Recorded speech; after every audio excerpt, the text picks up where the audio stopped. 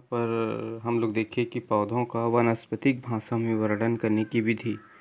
तो उसमें देखें कि पौधों की जो वानस्पतिक भाषा में वर्णन करने की विधि में उसका आवास, स्वभाव, जड़, तना और पत्ती। इसके बाद हम देखेंगे उसमें जो पुष्प का वर्णन है ना, जो चौथा भाग पुष्प का वर्णन। इसमें पहला देखते हैं पुष्प क्रम। जो फ्लोरेसेंस है वो क्या है, जैसे इसमें फ्लोरेसेंस जो पुष्प का क्रम होता है यानी पुष्प के वर्णन करने में, तो सरल यानी सिंपल, संयुक्त, कंपाउंड या मिश्रित मिक्स्ड। अगर सरल है तो रेसिमोज या साइमोज, और रेसिमोज है तो जो raceme, corymb, spike, catkin, spadix, छत्रक या जो अम्बल या कैपुटलम। ठीक। अगर साइमोज है तो एक यूनि या द्विबाई या बहुशाखित। जो मल्टीरेमस, संयुक्त व मिश्रित होने पर संयुक्त स्पाइक से संयुक्त छत्रक, संयुक्त कोरिम, रेसिम या कोरिम का जो पुष्पगुच्छ है, यदि विशेष प्रकार का पुष्प क्रम है तो साइथियम जो वर्टिलाइस्टर या स्केप होगा।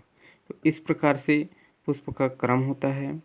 ये क्रम जो आपको बताया गया नाम से वो ऐसे ही क्रम होगा। उसके बाद देखते हैं पुष्प फ्लावर।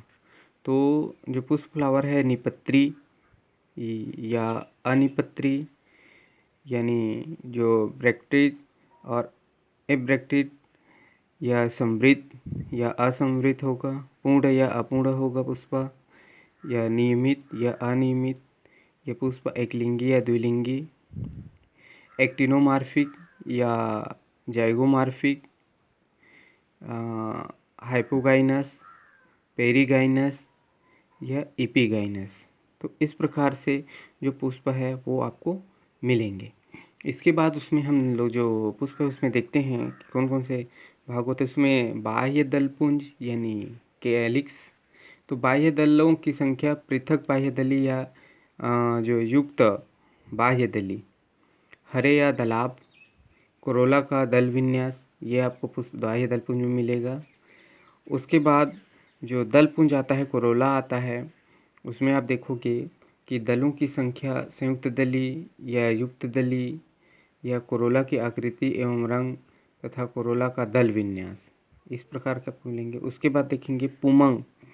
तो पुमंग में हम देखेंगे एंड्रोसियम में तो पुंकेसरों की संख्या पृथक पुंकेसरी, एक संघी, द्विसंघी या बहुसंघी होंगे, अथवा फिर युक्त कोशी, आलग्न या निस्तृंत या दललग्न या परिदलग्न।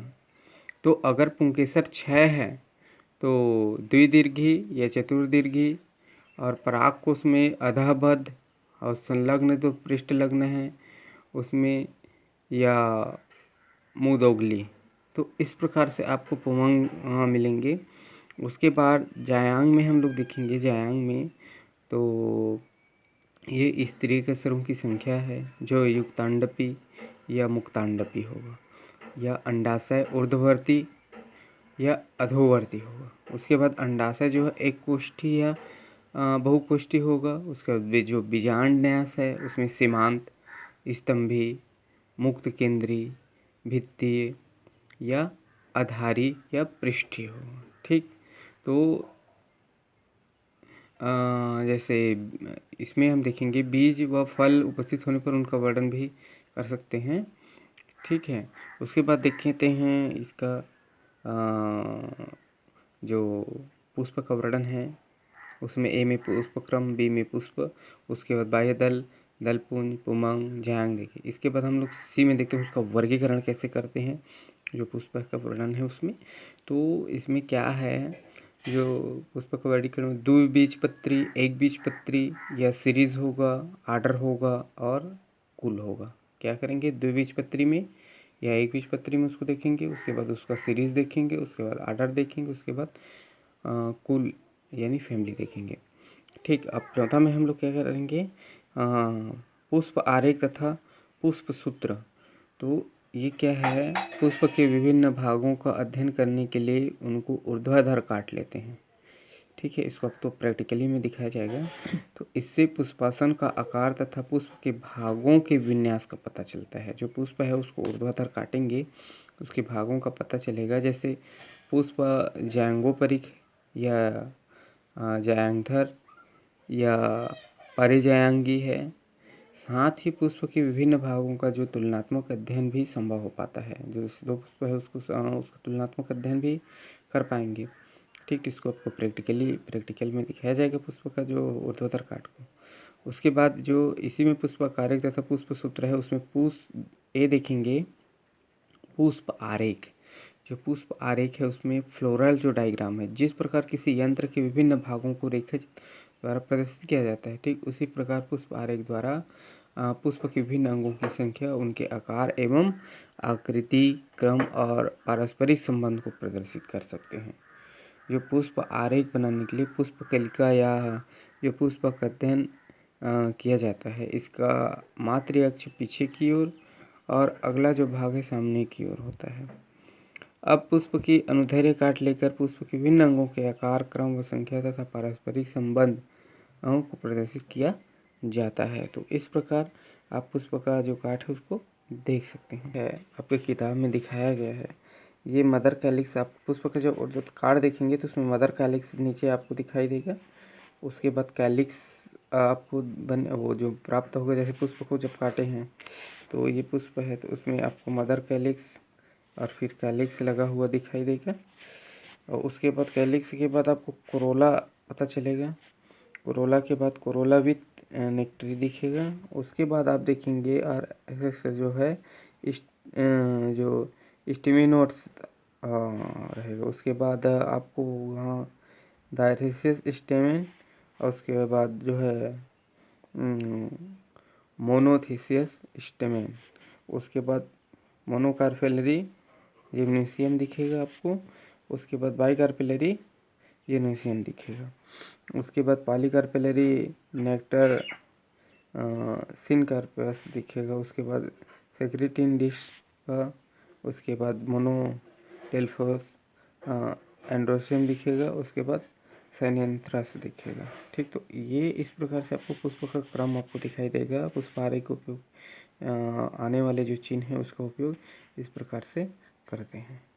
पुष्प का जब ऊपर से नीचे की ओर ऊर्ध्वाधर काटेंगे तो आपको दो भाग में जो पुष्प का कटा हुआ भाग है वो दिखेगा। उसमें देखेंगे रेस्प्लेक्टल प्लेक्ट, उस यहाँ आपको स्टिग्मा दिखेगा, ये स्त्री केसर है। उसके बाद स्त्री केसर में स्टाइल दिखेगा धीरे नीचे, ये वर्तिकाग्र वर्तिका।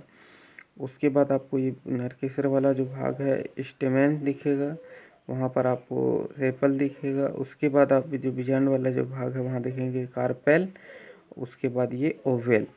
उसके बाद रेस्पेक्टल। वहाँ फिर ये जो वाला जो पुष्प द्विदल पुंज है वो कौन से क्रम में है वो आपको पता चलेगा। तो वहाँ दिखेगा आपको इस इन्फ्लोरेंसेस एक्सिस। उसके बाद ये वाला जो भाग है वो पेटल कहा जाएगा, जो पुष्प ये दल है उसके अंतर वाला जो भाग है। उसके बाद स्टिमेन जो दिखाई देगा, वहीं पर कार्पेल दिखाई देगा, ये ओवल। तो एक ऊर्ध्वाधर काट वाला भाग है, ये उसका अनुदैर्ध्य काट के देखेंगे। इसके बाद हम लोग पुष्प आरेख बनाने की विधि, जो method of making floral diagram. तो सर्वप्रथम मातृ अक्ष को पुष्प आरेख के ऊपर एक जो बिंदु द्वारा दिखाया जाता है। इसके बाद पुष्प के विभिन्न भागों को जिस प्रकार की वे कार्ड में दिखाई देते हैं आरेखित किया जाता है। यह और उसमें ध्यान रखना है कि विषम बाह्य दल जो ऑड सेपल है वो मातृ अक्ष के सामने रहता है। आरेख के जो निपत्र को सबसे बाहर की ओर, बाह्य दलपुंज को इसके अंदर और दलपुंज को बाह्य दलपुंज के अंदर, और इसके बाद पुमंग व जायांग को अंदर की ओर बीच में प्रदर्शित करते हैं। पुष्प के विभिन्न भागों को दिखाने के लिए अलग अलग चिन्हों का प्रयोग किया जाता है। परिदलों या बाह्य दलों व दलों को चाप द्वारा दिखाते हैं, जिसका मध्य भाग आप चित्रानुसार कुछ उपरा हुआ होता है। ये एकांतरी क्रम में प्रदर्शित किए जाते हैं।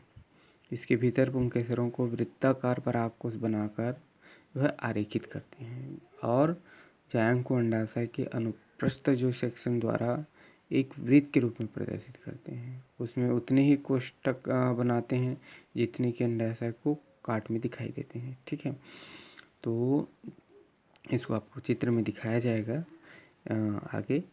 तो जो पुष्प आरेख बनाते समय पुष्प के विभिन्न अवयवों के चक्र कोई पारस्परिक संबंध जैसे समंजन, असमंजन को ध्यान में रखा जाता है। ठीक, इसके बाद जिस क्रम में अवयव परस्पर जुड़े हों उनको आरेख में भी मिलाया जाता है। असमंजन की अवस्था में दो चक्रों के विभिन्न भागों को जो अनुप्रस्थ जो रेखा द्वारा जोड़ा जाता है, जैसे बाह्य दल लग्न है, अवस्था में दलपुंज है तथा पुमंग परस्पर सीधी रेखाओं द्वारा जोड़ दिए जाते हैं। ठीक, इसके बाद हम लोग देखते हैं बी में पुष्प सूत्र फ्लोरल फार्मूला है। तो आपको जो पुष्प करेंगे तो सूत्र दिखाई देगा। तो ये त्रिज्या सममित है। उसके बाद आपको इस वाला जो संकेत दिखाई देगा एक विन्यास समिति है। उसके बाद ये वाला जो है नर पुष्प का है, मेल फ्लावर, ये फीमेल फ्लावर है मादा पुष्प का। उसके उभयलिंगी या द्विलिंगी के लिए, और ये जो कि आपको दिखाएगा बाह्य दल पुंज के लिए, इसे आपको दल जो दिखाई देगा वो है दलपुंज के लिए, और ए जो लिखा होगा वो पुमंग के लिए है, और ये है जायांग के लिए। तो प्रत्येक चक्र आवर्त के अवयवों की संख्या उसके चिन्हों के आगे नीचे की ओर लिखी जाती है। जैसे K5 लिखा है तो इससे पता चलता है कि बाह्य दलपुंज में 5 बाह्य दल है। K5 लिखा है मान लो, तो वो बाह्य दलपुंज में जो है वो 5 बाह्य दल है। इसी प्रकार किसी आवर्त के अवयव जुड़े हों तो संख्या को कोष्ठक में रखा जाता है। तो इस प्रकार से आगे हम लोग नेक्स्ट क्लास में ये जो चिन्ह का प्रयोग करते हैं तो किस किस प्रकार का प्रयोग करते हैं, इसमें क्या क्या है उसको देखेंगे। ठीक है।